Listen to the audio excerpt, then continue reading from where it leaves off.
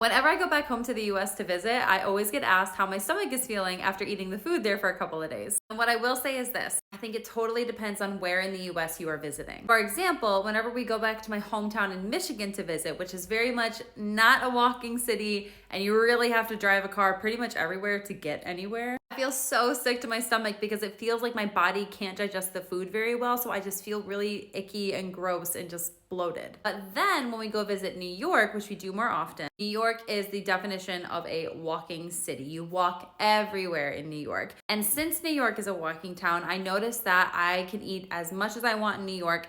I never feel sick. My stomach isn't really ever upset.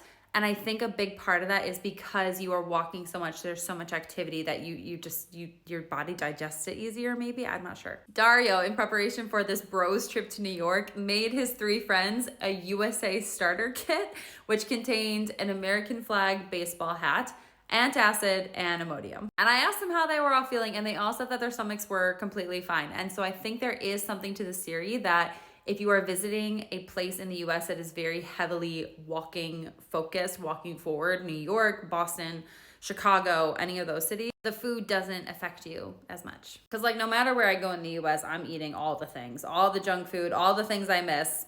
And they are too. There are 3 chefs running around New York. They're eating everything in their sight. And they said they're feeling fine. I'm getting pictures of them eating donuts and large milkshakes that's literally the size of their head and burger after burger and just so many things, and they feel fine.